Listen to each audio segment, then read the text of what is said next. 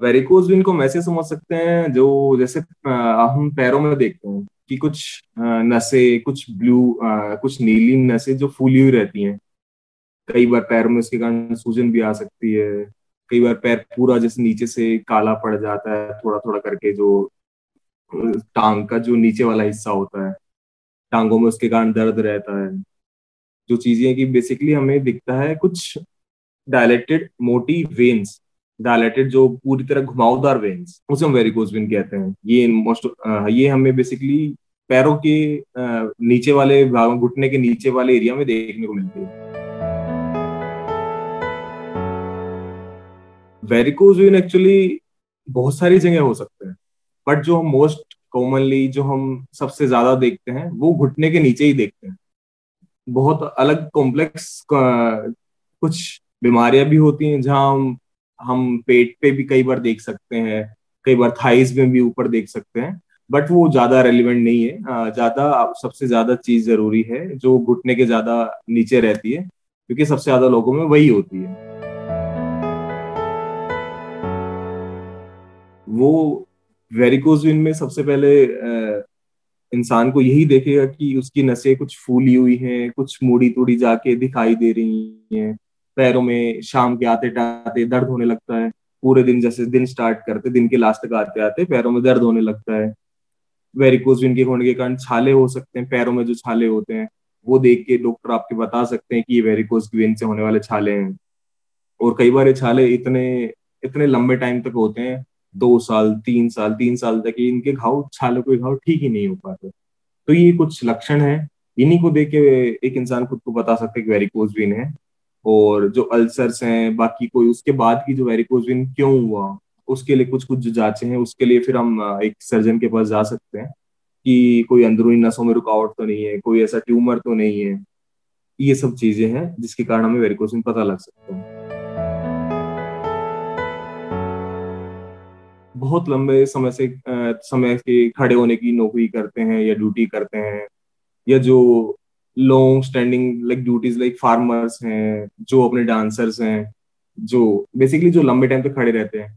बाकी अलग कुछ जेनेटिक भी होता है कि परिवार में कुछ और सदस्यों का था, इसलिए ये नीचे की तरफ आ गया। कई बार क्या होता है कि अंदर की नसों में रुकावट होती है, जिसको डीवीटी बोलते हैं। पोस्ट डीवीटी भी एक कोज होता है इसका।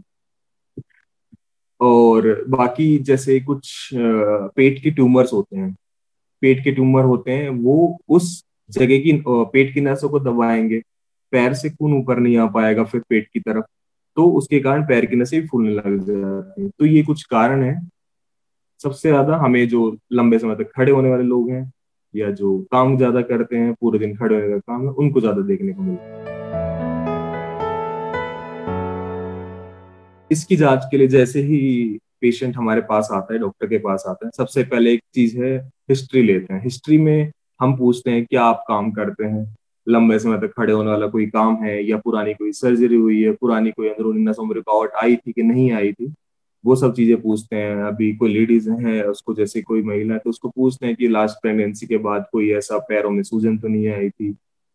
उसके बाद हम आते हैं एग्जामिनेशन पे। एग्जामिनेशन में हम जो पेशेंट देखता है वही हम देखते हैं कि कुछ नसें, पैर की खून की नसें डायलेटेड हैं, या मतलब मोटी है के बाद एक टोर्चुअस टर्म बोलते हैं वेरिकोज वेन के लिए, जो बेसिकली होता है कि नसें फूल के मुड़ जाना। एक वो फीचर हम देखते हैं वेरिकोज वेन में। अगर फिर उसके बाद कुछ टेस्ट होते हैं, जैसे टेंडलबर्ग टेस्ट होता है, ये सब साइंटिफिक टर्म्स है। टेंडलबर्ग टेस्ट है, परथेस टेस्ट है। इसमें बेसिकली पता कर सकते हैं कि कहाँ की नसों में दिक्कत है, और उसके लिए क्या इलाज होना चाहिए। ये हो गई हमारे जो हम खुद के डॉक्टर अपने क्लिनिक पे कर सकते हैं। उसके अलावा एक है उसके लिए बाद में अल्ट्रासाउंड। एक अल्ट्रासाउंड डॉपलर बोलते हैं, USD Doppler, Venus Doppler. Venus Doppler से हम ये पता कर सकते हैं कि अंदरूनी नसों में रुकावट तो नहीं है। अंदरूनी नसों से बाहर वाली नसों में अगर रुकावट है, या कोई वॉल्व में खराबी है, क्योंकि खून जनरली बहता है बाहर की नसों से अंदर की नसों की तरफ। अगर अंदर की नसों में रुकावट है, या वो बाहर की नसों से अंदर की नसें आने वाली वाल्व में खराबी है, तो वापस बाहर की नसों में ही खून भरता रहेगा। तो ये सब हम डोपलर, वीनस डोपलर की वजह से पता कर सकते हैं। तो ये इसका हमें ये एग्जामिनेशन प्लस वेनस डॉपलर, इनसे हम डायग्नोज बना के पेशेंट को फर्दर मैनेजमेंट की तरफ प्रोसीड कर सकते हैं, ले जा सकते हैं कि अब तुम्हारा इलाज करना क्या है। अगर कंप्रेशन बैंडेज करना मतलब कुछ इलाज क्या करना, ऑपरेशन करना है या ऐसे ही दवाइयों से मैनेज करना। स्टार्टिंग में कुछ टाइम के लिए यानी कि 1 या 2 महीने के लिए हम उसे कुछ ड्रेसिंग एडवाइस करते हैं, जिसको बोलते हैं कंप्रेशन बैंडेज। कंप्रेशन बैंडेज में क्या होता है, कुछ स्टोकिंग टाइप की एक चीज होती है, स्टोकिंग्स, इलास्टिक स्टोकिंग्स होती हैं। वो मरीज को पैरों में, पैरों से लेके जहां तक उसको वेरिकोज हुई ना वहां तक पहनाते हैं, जो कि ऊपर थाइस तक या जांघों तक भी पहना सकते हैं उन्हें। सबसे बेहतर नॉन ऑपरेटिव इलाज यही माना जाता है कि इलास्टिक बैंडेज पहनाई जाए पेशेंट को।